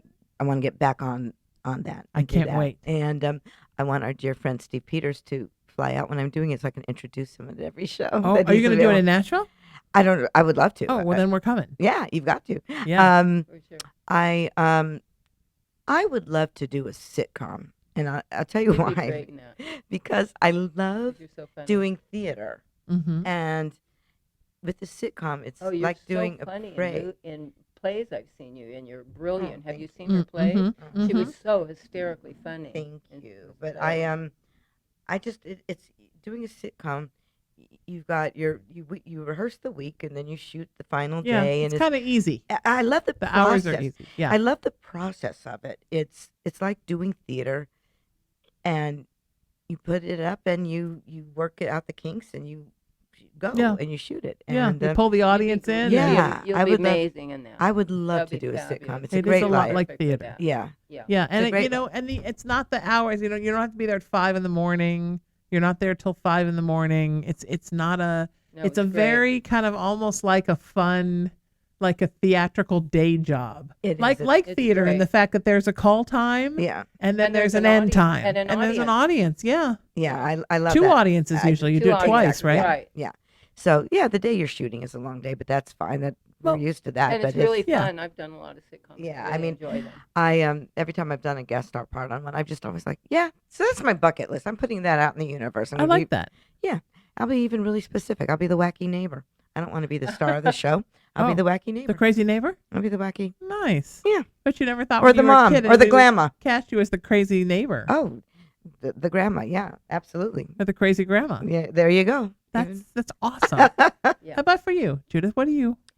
Well, Well, I love photography. I love travel. I just came back from Africa and Boston, as we said, Oh, and wow. then I'm going. How was to, Africa? Africa was Always wanted to go there. amazing. There are very It few was, places I really want to go, and it that's was one of them. fabulous, and there was a little town that I went to for a few days before, um, Umdloti, and I really kind of crave it and miss it. It had amazing food, and it's gorgeous, and I loved it. So I love that, and the animals were amazing. Mm. So, and I'm going to Did you Ireland. go on a photographic safari? Yes. Oh, yes, wow. definitely. Did you see an elephant? Absolutely. Oh, Absolutely. It's I love fabulous. elephants. I love elephants. And cheetah. I saw cheetah, a couple cheetahs, and yeah, I saw all of them, all of the big five. Isn't that a wonderful, humane thing that you can still do safaris now, but now we don't shoot anybody. We just take pictures of Thank them. Well, some God. people do. Poachers do. And Oh, one of the well, reasons I ugh. went was to fight poaching for Good for you. rhinos. Yes. Good for Because you. it's a horrible thing what happens to the rhinos and the elephants for their tusks. Mhm. It's horrible. And so that was one of the reasons for that trip, actually. But that was amazing. And I'm going to Ireland in September. and I'm That's looking my forward other to bucket that. place. Wow. I'm going to take I'm Mama really there and looking put the rest of forward. her ashes there at the Oh, end of her Are you? tour. Oh, Oh. Yeah. fantastic. The What next, city? we're from Northern Ireland, so Belfast area. Oh. Okay. So there, but I want to go everywhere. And then she was born in Louisville, so I was telling Charlene before the show started that in 2017 I took some of her ashes. I found my birth mother who died when she was 5. I found her headstone, and I took her ashes there and put some ashes there. And the lady who ran the cemetery was so sweet. She brought out like pinwheels and flowers Wow. and really decorated my Oh, grandma's sweet. grave up, and then took Oh, that's pictures with the. I mean, amazing. really, really amazing. Wow. And because my mother grew up very, very poor in Louisville, in a very kind of poor, an Irish ghetto, and she didn't even. I found my grandmother's headstone on Find a Grave. Really? We didn't even know it existed because the older girls all went out into the world, and my mom was young, so she went into the system, and she was in the system for 7 years, and then was adopted by my grandparents in upstate New York. So, okay, so here's a story about how there are no accidents. Are you ready for this one? This is like the Yeah. Steve Peters one for you. So she was adopted out in a town outside of Poughkeepsie called Wappingers Falls, and lived there with my grandparents. And my next thing was to try to go to that property and leave some of her ashes there, because I found her birth home. It's now a University of Louisville dormitory, and I did pull ashes in the lawn, and I hope everybody's okay with that. And then I took her to Mom's grave. But both my grandparents are scattered where she grew up. The people I knew as my grandparents, her adopted parents. So, interestingly enough, it was the night that Steve and Keith from MCC came to my vibration gathering, and my guest was my friend Nia Peoples. And she called me up and said, because it's all people that are on my advisory board for the movement, she said, "Can I bring my friend David Young with me?" And I said, "Absolutely." So she brought him, and we kind of clicked, and he's like, "I'm going to be in a town for a couple of days." And I said, "I just happen to have an opening. Why don't you come?" So he came, and we had a blast, and we're chit-chatting during the commercial break. And he said, "Where are your people from?" And I said, "I'm from New Haven," because he had just moved back to New York. I said, "I'm from New Haven, but my mom grew up outside of Poughkeepsie." I said, "Well, actually, she grew up in Wappingers Falls, in this tiny little town you probably never heard of." He said, "Oh, no, I know Wappingers Falls. I do events at this spiritual center called the Chapel of the Sacred Mirrors." And I said, "Oh, really?" And he said, Yeah. My friends Alex and Allison Gray own it, and it's here, and it's on Deer Hill Road." And I said, "It's on Deer Hill Road?" And he said, "Uh-huh." And I said, "That's the property where my mom grew up." They Wow, bought how the property crazy. that my grandparents donated to a church in the early 60s. And the church had it this whole time, because I went and found Alex and Wow. Allison, and now I've had them on the show. And they gave me total Wow-wee. permission to bring Mom's ashes there, Oh my because God. my mom Great. was so spiritual and so metaphysical even in the 50s. That's great. And they were so thrilled that she had grown up in that house with all of her spirituality. And my mom was also a psychic medium, as I am. Wow. So thrilled that my mother grew up in that house. They're like, "Oh my God, you're like the house. You like belong to the house, and come anytime you want, and we'll treat you like family." And Wow. is that the most bizarre That's amazing? thing? And how Fabulous. happy would Mom be to know that this Amazing. property, Yeah. that at different times when the church owned it had been in different stages of ruin, is now this beautiful place? So Alex and Allison are sort of like where metaphysics meets art. They're both fine artists, and they've Wow. turned the whole living room area of They've turned the house into a bed and breakfast. They built themselves a house Oh, on the property. wow. Fantastic. And the whole bottom floor is an art gallery Wow. with all of their art. And they've built this big spiritual altar in the backyard. Oh, amazing. And they have like full moon gatherings and new moon gatherings, that's and people great. come and teach, and healers come. I mean, it's like my mother's dream of where she always wanted to live, Wow. and that's what her property became. So that's my next thing. I'm going to go to New York and That's scatter her ashes amazing. there. That's Oh, And amazing. go stay with amazing. them, and then go to New Haven and scatter ashes there. And my parents Wow. were married in Huntington, Long Island, so my mom was a teacher there, and I'm going to scatter some stuff there. Take her to a Broadway show in my pocket, because Wow. I travel with a little sack of her That's ashes. amazing. I like to take her. So I took her to Elvis's house. I was in the South twice in 2017, and I always carry her in case there's someplace she'd like to be scattered. And she did love Elvis. So we stopped in Tupelo where Elvis was Yeah. born, and I put her there. Yeah. And then when I was in Montgomery, everybody wanted to go to Hank Williams' grave, and Wow. she was a hardcore Hank Sr. fan. So I pull a Wow. bit over there, and I just kind of leave her some That's places I think she'd awesome. like. She's on a tour. Wow. So all these places that she wanted to go and didn't make it to, I'm like, oh, I'll put her there and I'll put a little bit over there. And so Ireland's the last stop. Wow. Does Hank have a son? Yeah. And a, Hank ja- Jr. and What's a his name? grandson. Hank Jr. Yeah, and now Hank Oh, the right. third. Oh, right. Yeah. So somebody said they were going to introduce me to Hank. I get that was the son. And I go, well, where is Hank? And it might have been you. I was with He you. turns around. He's got a belt on, this big rhinestone. Swear to God, Hank. And I'm like, look, can't find him. And it's like eye level to me when he turned around. So 'Cause but he's- you were there. yeah, Yeah, yeah, yeah. I was yeah. with you. remember it was maybe at the American Music It Awards. was or at the American something. You Music were one Awards, Of the yeah. presenters, Yeah. with Johnny. Yeah. Yeah. Were Johnny and Hank friends? Oh yeah. No, were they? Yeah. But Oh, not yeah. at this moment. He was Because they're just- about the same age, right? Yeah. At this moment, he was just like somebody was saying something anyway. But so- now his grandson is like this fantastic rockabilly artist, and he goes by Hank Oh. with like a numeral 3 next to it. Yeah. Oh, And he's kind of that's this really cute. interesting Yes. sort of where country meets rockabilly Yeah. meets almost kind of like swing dance, and Oh, swing that's dancers come great. to. Yeah, he's Exactly. fantastic. Yeah, that sounds exactly. fantastic. Exactly. So Oh, maybe it was Johnny was there, and he goes, "That's Hank." And Yeah, I'm it like, was. "Where That's is he?" exactly And what then happened. he turned around. And Oh it- yeah, and then that's he exactly turned what around, and it's like, Yeah. it's like this this big, belt that buckle is belt huge. buckle. Yeah, it's like Yeah. the size of my thigh. Yeah, It's like exactly. huge. It's belt Wow. buckle. Yeah, yeah. Rhinestone. Yeah. That's Hank. I can't miss that. Do you perform music still? No. Did you ever perform music? No. You did. Did you? You well, know. you were in a You sang musical, really weren't good. I you? was in several musicals. but Yeah. You sang really good. Well, thank you. No, Yeah. I'm Didn't not. you sing as a young person? I had one song, Okay. and You had a pop song, didn't you? I did. It was a pop song. And Okay. That was it. That was Alright. enough. Was it fun to be in the studio and do it? It was. I'm really not a singer. So Right. I it's not my thing. But Cherish- everybody in the 70s and 80s who was on a show all Oh, had a song. you could go and read the Exactly. phone book, especially with Dallas. If you were in a honestly. teen magazine, you had a pop hit. You had a pop hit. Yeah, Exactly. I miss those days. Yeah, yeah, We're getting back to that now, I yeah. think. All these young people with Disney Channel. Yeah, and but they really can Nickelodeon. sing. They I can know. really sing. Yeah. I was just And but then were you in the Cinderella musical? I did Cinderella in London. Right, and you sang. I sang there, and then I just did. Well, a couple years ago, I did Snow White. Snow You were White. amazing Right. in that. Thing. And you Amazing. sang. I was. Oh, you yeah. were fabulous. I was the in Wicked that. Queen. Ariana Grande was was Snow great. White. Oh, wait, Yeah. yes, I had She was everybody here for that. I didn't have fantastic Ariana, there. but it wasn't. Eric Bergen was the prince, And- wasn't he? And I had him in. And Oh, Nothing- and Neil Patrick Harris. Neil was Patrick in it, Harris too. was Yeah, here. I so- had Yeah. I had you guys. I had a bunch of people in from that. But that was the Lithgow thing. Yes. The Yes. But I don't know if Yes. it was the one that I did. the panto. Yeah, the Panther. But It was they the do- one that Ariana did, Okay, then but she didn't come, and I don't think I got you. I wasn't there either. Yeah. But I think the guy that played the prince, Okay. he came, and some other people came, Oh, wonderful.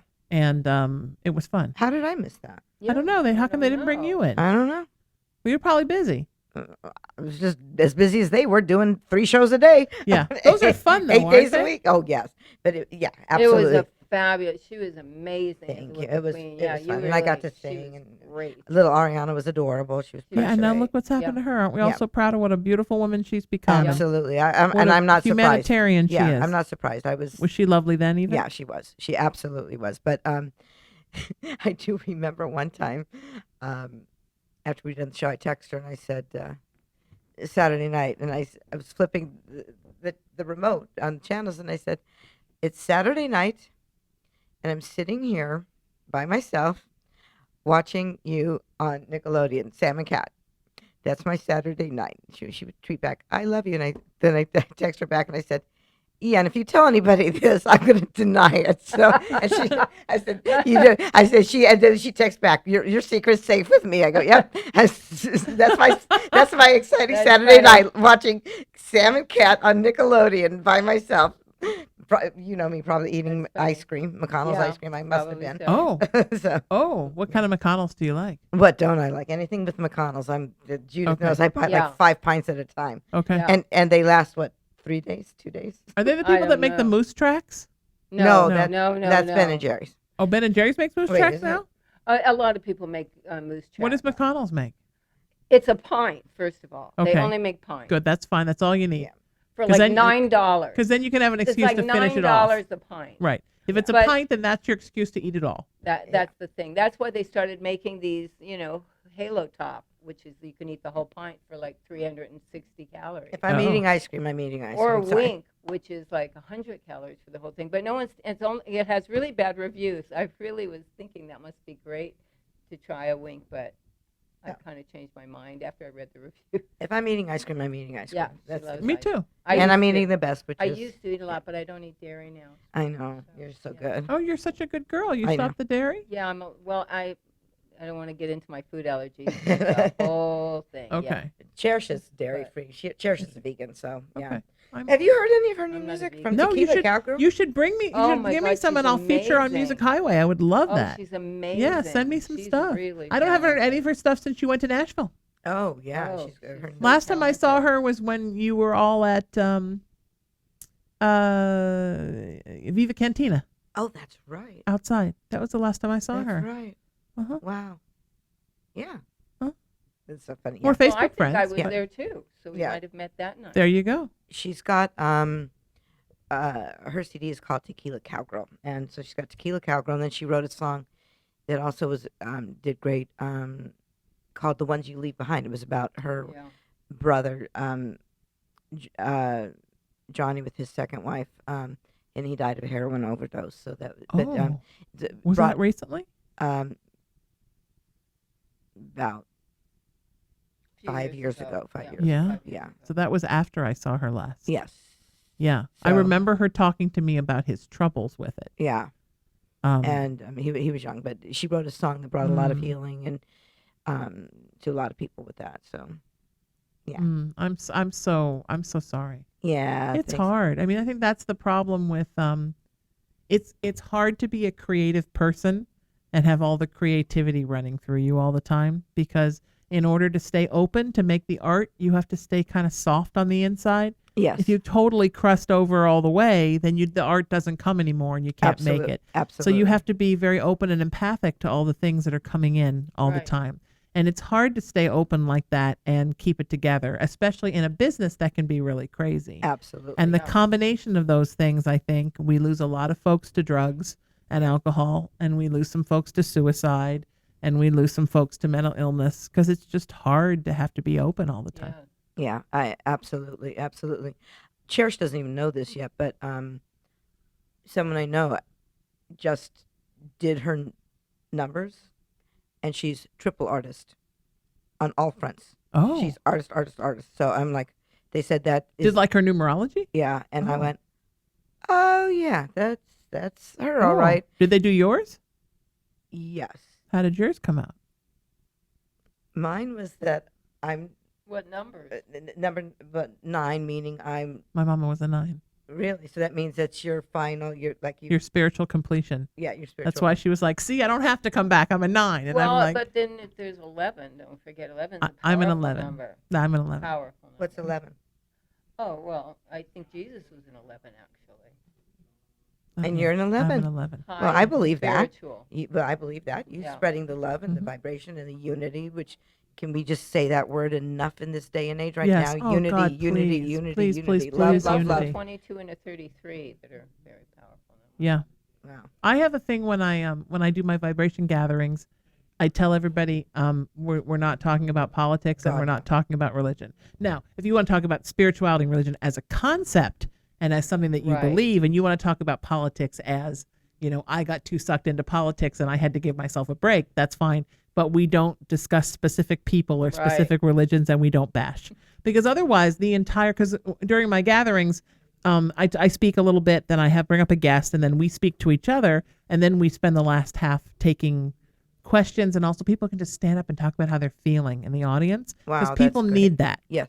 But, there is a cross section of people, because I know a lot of them, from very Republican people to very socialist I do people too. to everything in between, and very evangelical Christians to very confirmed atheists and everything in between. I do too. And it's amazing to see a group of 50 or 60 people of all different walks of life the only rules when you come is you have to live peace, love, kindness, and unity while you're there. Yeah. And so Amen, to have an sister. audience work as a group of people loving each other and everyone seeing that the atheists and the born again Christians, guess what? We have the same experiences. And the very Republican people and the very liberal people, guess what? We're basically having we all want the same things from life. We want to love and be loved. We want to know that we're good at something. We're here for a reason, and our life has meaning. That's all everybody wants. Right. Everything else is just the details of your life. Absolutely. So it's wonderful to see people come together. But when I first started it, so the day of our presidential election, that was my mother's birthday. And when I saw people starting to fight and go crazy with each other, and that's when Universe said, guess what you're going to do? And I said, is it move to Ireland? Because I'd like to. And then Spirit said, no, you're going to form this thing. And here's what it's going to be called. And here are the cornerstone words. And it's your mother's birthday. And go somewhere. I was in the car. Go somewhere where there's Wi-Fi and get this URL and go. Wow. And I thought, well, I don't have any idea how to do this. But I did. And I gathered like 15,000 people in 9 months. Amazing. And then I said, well, what do I do now? Now I've gathered all these people. What do I do? And this time I was in a Walmart parking lot in Huntington Beach. And Spirit said, here's what you do. You're going to make the movement a nonprofit. You're going to become an ordained minister. And you're going to open your spiritual practice and go. And literally gave me everything, the names. And I'm writing everything down on a napkin that was in my glove compartment. Wow. 2 weeks later, 4 times a year, Judith, I broadcast this show from the Hollywood Improv. I was sitting at the Improv. And I had talked a little bit on the stage about the movement, and people knew because November 9th was my mother's birthday. So I founded the movement that day. The 13th, I threw her memorial there. And that was when I made the announcement that I was doing it. So now it's August and it's my radio anniversary, and a bunch of folks are leaving and we're all done. And I had talked on stage a little bit about the movement, and I was sitting at a table with a bunch of folks, and one of my friends was getting up, and I said, I might call you next week and pick your brain about this nonprofit thing and this whole, I guess I got to become a minister thing. And there was a guy sitting at the table who I'd never met, who came with friends of mine. And he said, oh, was that the thing you were talking about from the stage? And I said, yeah. And he said, well, I'm the president of American Trinity University, and I'm happy to ordain you.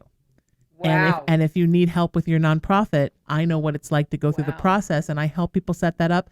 And I will volunteer my time and set yours up for you. Oh, my God. And it was that easy. It just, Wow. Gifts from heaven. Like I didn't even, who knew? Wow. But that's when you know you're in the right place. You are. Is that amazing? That's awesome. And then a couple of weeks after that, I was sitting at my friend Allison's husband's birthday, and I got sat at the end of the table next to Steve. And I said, I just got this thing about being a minister. And, he's been a minister his whole life. Yeah. I said, I have no idea. What am I? I didn't even grow up in a church. What am I? And he said, don't you realize, sweetheart, you've always been a minister. Everything you do when you turn that microphone on, or you sit in front of people, or you sit up there at the Improv, that's all your ministry. Yeah. He's like, you've been a preacher your whole life. That's You true. just don't call it that. Wow. But so many people coming in at just the right times to empower me and to encourage me to go. That's why we make decisions to do things and not. But the story I was going to tell before that, I got on a tangent, was that when the election had first happened and I founded the movement, a lot of people didn't like the word unity and they wanted me to take it off. And they said, just make it peace, love, kindness, and leave off the unity, because unity is just going to piss people off right now. And I said, no. Unity is the most important word up there. I mean, Yeah, love is I the most agree. important word in the world. Yeah. But unity is the most important, because if we can't find a way as human beings, and not just in this country, but as a species, to come together and work together in spite of our differences, we're never going to be the same, but we have to love each other for our differences. And otherwise, we're going to spend the rest of mankind tearing each other apart until we finally wipe us all out. Somebody will do something and that's it. Yeah. We have to find a way to find love in spite of what goes on that we don't like, in spite of our differences, Absolutely. And find a way to love each other. And that's why, as I said, that's why interfaith services are so important to me, because I think I've had a lot of friends come to this service. And I mean, a lot of people who came who were didn't want to come because for whatever reason from their upbringing, they don't like the word Christian anymore. Something bad happened to them as kids, or somebody told them something they didn't like. And when they see these Christian ministers speaking with angel communicators, and my friend who's a shaman, and Johnny Whitaker came and talked about growing up Mormon and the mysticism of the Mormon church. And, Steve got up and talked about, at the first one, and talked about, he wore a T-shirt that has the entire Peter Pan book on it. And he brought his Tinkerbell wand. Wow. And he talked about how he would go around with his AIDS ministry when he was the AIDS minister for MCC. Right. And he would, bless people with the wand. And he would come at them from this sort of fairy perspective. Just so people sit there and the whole night and they say, well, wait a minute, that was like all the same thing. It was all the message of love, but it was people talking about a bunch of different stuff. Right. And I think we need to get there. We got to find a way to love each other. Yeah. I agree. Or we're going to be in some trouble. I couldn't agree more. So and that's what I love about you. Keep on doing it, baby. You understand it, my friend, and I want you to get in and do the Raising the Vibration show with me sometime. We'll do it on the phone when you're in Nashville. I would love to. Yeah. Are you kidding? Then I'm going to talk you to join the advisory board, because I would love that. I would love it. There you go. See, that was a hard sell, wasn't it, Judy? Yeah, really worked that. Love, peace. Wait, what are the 4 words? Peace, love, kindness, and unity. Yeah. Well, who could say no to that? Yeah. Right. I mean, you'd have to be pretty tough cookie to say no to that one. Yeah. Well, sadly, you'd be surprised. We're hurting in our country. A lot of people don't want. I think a lot of people don't even want peace. I think some people have become so addicted to being angry. Well, a lot of people are addicted to being angry. It's sad. Humans can become very drawn towards the negative. Yes. We got to get out of that, as you have, and as you have. You guys are fantastic. This is so much fun. So are you. More traveling soon? You're going to Ireland? Going to Ireland, yes. Oh, I can't even imagine. Yeah, very excited. Yeah. Can't wait. Have you been to Ireland? I have, actually, yes. And you went and did that thing in England, right? The ice skating thing. I did. I remember that. We did radio right before that. Was that fun? I can't believe you got on ice skates. You're a badass. I can't either. I can't believe I did that. Wow. Never. Did you ever fall? Oddly enough, no, not on ice, but I just fell with Judith yesterday or the day before. I fall all the time. And the funny thing is, when they offered me to do that show, Cherish and I were cracking up. They said, what's so funny? And I said, Cherish, tell them, what do I do more than any person on the planet? She says, fall down. It's because you walk too fast. No, but because I used to do that, but now I also walk fall. slow. I fall if I'm standing up. I fall if I've had wine. I've not had wine. I fall if Well, let's say maybe if you didn't wear 8-inch heels. Flat shoes, high heels. You still fall. Upstairs, Yeah, you were in downstairs, flat shoes the other day. sober, drunk. I think that's the name. Standing I still. think your autobiography should be called "I Fall If I Have Wine." Even if she doesn't. But I have to say I one pick thing myself about her. up more than anybody else, which is true. One day she was doing a commercial. I don't remember what it was, and I was there with her. And they said, well, we might want to put a little dance in this. Can you dance at all? So she said, yeah. And they said, well, can you just do something? So she goes, okay. And all of a sudden, she turns into, what is it, Margot Fontaine? No, she turns into Martha Graham. Is that Martha? Yeah. She is flying. I never saw, she's doing this in the air. I'm like, where did that come from? Are you kidding? And she's literally running at this huge space, and she's flying. And Dan, I said, you never mentioned that. I didn't even know. She goes, oh, that was nothing. I said, nothing.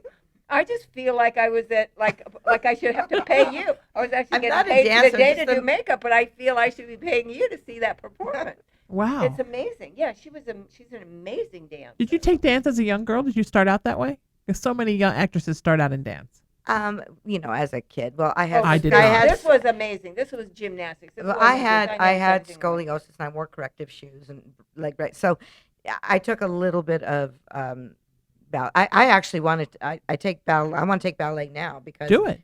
She was flying. Yeah. I and let the spinning music and all this stuff. It was like wow. That was. Are you going to take ballet? I think overwhelming. you should. I have taken ballet as an adult because I love what it does for my body. It just feels so great to just like strengthen and lengthen at the same time, and I love it. I love dance. I love watching dance. I do too. My mom loved it, so I grew up on that and figure skating, which is basically dance. Yeah, Those were her two favorite yeah, things. mine too. I love it. So When everybody's like, "Oh, I like a guy who's like, oh," and I'm like, "No, it's a dancer body." That's Yeah. what there's something about what dance does to a person's body. Yes, It's like absolutely. lean and it's like the Yeah. sexiest thing. It's the most organic, natural And the grace. leanness. Yeah. Yeah, and the grace. I would is love beautiful. to. Yeah, I would love to do Dancing with the Stars, but I am nowhere near good enough for that. And they really, Well, I they mean, teach you. Yeah, I yeah, think but you'd now be they good have. on But there. now they have. You'd be good because you have so much commitment. And Yeah. you could really do all that. The I- hours I and could- hours and hours. well, I and would you'd to be do the great. hours. And you're You'd little be and amazing. sassy. Yeah, But- you are. So that you No, could do you'd be little great. sassy You'd be dances. great on Little that. You'd be sassy great on dances. that. You would Yeah. be. I would You'd love be to do that. But amazing. now the people that they bring on are like, you can't tell who's if it's the Well, they bring on professionals. yeah who's too. the professional, who's the pro, Yeah, and that's who's the true. That's and true. who's the Disney It's kid. not that- just like, oh, That's it's Disney true. kids yeah, now. well, it's a lot of. It's not just like football But players. some of the and- football No, players Joy are Fatone great. Joy Fatone was a professional dancer. Well, but and some of the athletes And on there that oh, you, yeah, the football athletes players are amazing. And the ice skaters. What about the ice skaters? well, well, that's yeah, basically their that's training, dance, right? yeah. Yeah, Yeah. So, but And- I would and love the to do. Olympic trainers, the Olympic athletes, because they're used to that hard training every But day. I loved Cloris Leachman on that show. So if Cloris could Oh, do it, yeah. I could do it. And Absolutely. Yeah. my all-time favorite contestant on that show was Marley Matlin. Oh. She was amazing. Just being able to dance without hearing the music and feeling the vibration. It was Amazing. talk about vibration again, but Yeah. it was like Yep. she was amazing on that show. I've heard she's such a lovely lady. She is. Everybody I know that's ever met her says she's just so lovely. I've met her a couple of times, and yeah, but she's my all-time favorite contestant on that show. Anyway, enough about. Are you going to dancing. get it? Dancing with the Stars? Oh, they've I think never, you're gonna they've do never it. asked. She So should. there I am. I'm putting it out in the universe. There Yeah. we go. Yeah. That's it. You put it in the universe. There we go. It's going to go under your pillow with $1 million and a and- Maserati. Yeah, And- you yeah. can have the Maserati. Yeah. I'll split I'll the take- mill. I'll I'll split take- the million I'll with you. take a Maserati, or I'll take the mill. And I a don't picture care. of Either one. Judas' ex-boyfriend Yeah, exactly. as a model. Throw that we're in. Gonna, yeah, We're going to put He's that all in the still- closet. He still looks really great. And all too. all that stuff He's is going to still in go. great That's shape. that's wonderful. And have you done a book of photography? Have you thought about that? I have thought about She it, and I needs actually to. want to do a show. Yeah, I have Yeah, thought about and then the it book. because I have had a lot of nominations and a Yeah. win and a photographer of the year in a huge international contest. I see just a like a different big contest. coffee table book That's for what I you. keep telling. That would be Like great. a Yeah, beautiful, that would be like great. this size kind Yeah, of that would just be- your stuff. That would And be fantastic. I think that would be I so have thought important. about that, and I thought about doing a dog book because I love photographing dogs, and I've got Oh. some amazing dog pictures. She's So I yeah. would like to put that together. And dogs- I actually have dog sets, so I can make little sets for the particular dog. So I She would does. like to do that and turn that into a book. That would be a really great idea, and I would like to maybe concentrate on that next year. I wonder why nobody's ever done anything about dogs on planes. Because I now flying back to Dallas, I'm not a big flyer, but now that I am more than normal, and now that everybody's bringing their dogs on the planes, Yes, I did get a flea bite from a dog On a plane. coming back from Paris earlier this year. Yes. such an interesting energy are dogs on planes. Yeah. The I minute mean, they they- walk on the plane, you feel better because I think dogs in and- there are innately healers. And they will now. You used to have to put them in this little You don't anymore. container, Now you and hold now them. they walk 'em- No, they walk. German Yeah. Shepherd walking right down the aisle. But I remember I had this dog, and I'm not a liar, but I did have to lie in this case because I picked the airline that had the biggest box, and it was still small, and I had to whip it with these long legs, and he was so freaked out from flying underneath that I promised him that would never happen again. So I've got to get him on. So we book a flight, doesn't have a lot of people on it, and I got pet approval. It was only one dog at the time. And I get to the gate, and the guy goes, well, that dog's not going to fit in that box. I go, oh, yes, he does. He goes, well, put him in there. So I literally have to turn him upside. He won't get in. So I have to, because I did it the night before, and he's no fool. And he's a whippet, with that skinny body and very long legs. And I turn him upside down and just try to shove his legs in. The stewardess comes off just then, and she goes, what's going on here? What are you doing to that dog? And this was like, it was so mean to me, but I had to get him on. And I said, that mean man is making me put this big dog in this little box. She goes, are you kidding me? And she goes and gets the pilot. She goes, he's making her put that big dog in that little box. He goes, are you kidding? Just walk that dog. Oh. I flew them across country 3 times by going, wait a second, I walked them on last time. They go, oh, you did? Oh, okay. I used to be such an uncomfortable flyer because I'm very claustrophobic. Yeah. And I really believe what has made me now even be able to enjoy flying is when I carry my mom's ashes with me, and Yeah. that somehow has helped. Yeah. I don't know how, but it's mama with me. Yeah. She hated flying too, but she doesn't mind it in the ashes. Yeah. And the other is getting to sit next to dogs. Oh, I As soon know. as I see them bringing the dogs on the plane, I'm like, oh, they're helicopter. I count how many dogs. Well, then you would Oh. love traveling with Cherish. Cherish always brings her dogs are certified and justifiably so certified. Well, she rescues every animal on the planet, but Right. she's She actually brings more than one? she's actually brought 3. Love Southwest Wow. Airlines Oh, I love Southwest Airlines. because Wow. they're- You can bring 3 bags and 3 dogs. Yeah, Really? Where do they all sit? with her. On her lap? Yeah. 3 dogs? Yeah. Wow. And other people sit in the other seats next to her? Yeah. Oh, that's Charlie, awesome. Charlie, our dog. Remember Charlie with one eye? Yeah, I Yeah. remember Small- Charlie. Yeah, you remember Charlie? And we had Smalls, who's no longer with us. He was in a wheelchair, and Yeah. and I Holiday. remember him. And Holiday. Yeah, I call them my handy capable dogs. Oh, yeah. She rescues. Handy capable. Yeah, all the. Yeah, Differently abled dogs. absolutely. Wow. So That's wonderful. I did bring my when I brought my whippet on that time. The really funny thing happened because I had him under the blanket and I'd given him, he'd eaten kind of before, when we started, and I had to go to the bathroom after the movie. This is when they played the movie. Oh yeah, yeah. And yeah. so I go in to use the bathroom, and I come out, and the man next to me has my dog in his lap, and he's holding him. And I go, and he goes, "Oh my God!" He goes, "I thought I was so drunk, they were going to land this plane." I go, "Why? What happened?" He goes, "I just saw the blanket swirling around, but I was hallucinating." He goes, "I was so happy to find out there was a dog under that." Dog was looking for me. Fantastic. You two are beautiful. Where can people find you online? Charlene, where? I don't know, Judith. I am a I'm on Facebook, and I guess I'm on Instagram, but I don't know how to do it. Judith knows how to. What's my Judith, Well, what I'm about you? I don't know your Instagram. You Instagrammed for me when we met. Well, do you think with I'm Steven going to Tyler. remember that? I don't With remember Steven that. Tyler. Oh, that's right. But I don't remember that. Because I don't know how to remember do that it. And Cherish won't show me anymore. She says, "Mom, I've showed you 150 times. I'm done." Oh, I'll show you. really. Okay. I'll show Well, you. you're a tech wizard. I'm not. Oh, God, no, Anyway, I'm not Charlene anywhere Tilton. near. I'm on Facebook. I'm on Instagram, and I don't tweet. But okay. Okay. Judith or Photography. I'm on Facebook and I'm on Instagram. Nice, There you go. beautiful. Find these ladies, and if you want me to give you a link to their Facebooks and their Instagrams, SheenaMetalExperience.com, LATalkRadio.com. Send me an email, and I will gladly forward those links over to you. Also, I'm at IamRaisingTheVibration.com. That's my movement of peace, love, kindness, and unity, and our nonprofit hub of same is at raisingthevibration.org, and my interfaith services at the Founders MCC Church are at SaturdayNightSpiritual.com. Our next one is August 24th. Please join us there. I would love it. And find me on social media, just at Sheena Metal everywhere. Till we see you next time, it's the Sheena Metal Experience on LA Talk Radio, and you know what happens here, my friends. Every Monday through Friday, 5 to 7 p.m. Pacific Time, we rip the veil off the human sideshow and expose those big old Homo sapiens at their most bizarre sometimes and at their most beautiful every single day. And you know it's my show, and that is true, my friends. It is my show. But what it really is, always and forever, it's your experience. Thanks for listening. Have a great night, and I'll see y'all tomorrow right here on LA Talk Radio. Irreverent, entertaining, cool. You're listening to LA Talk Radio.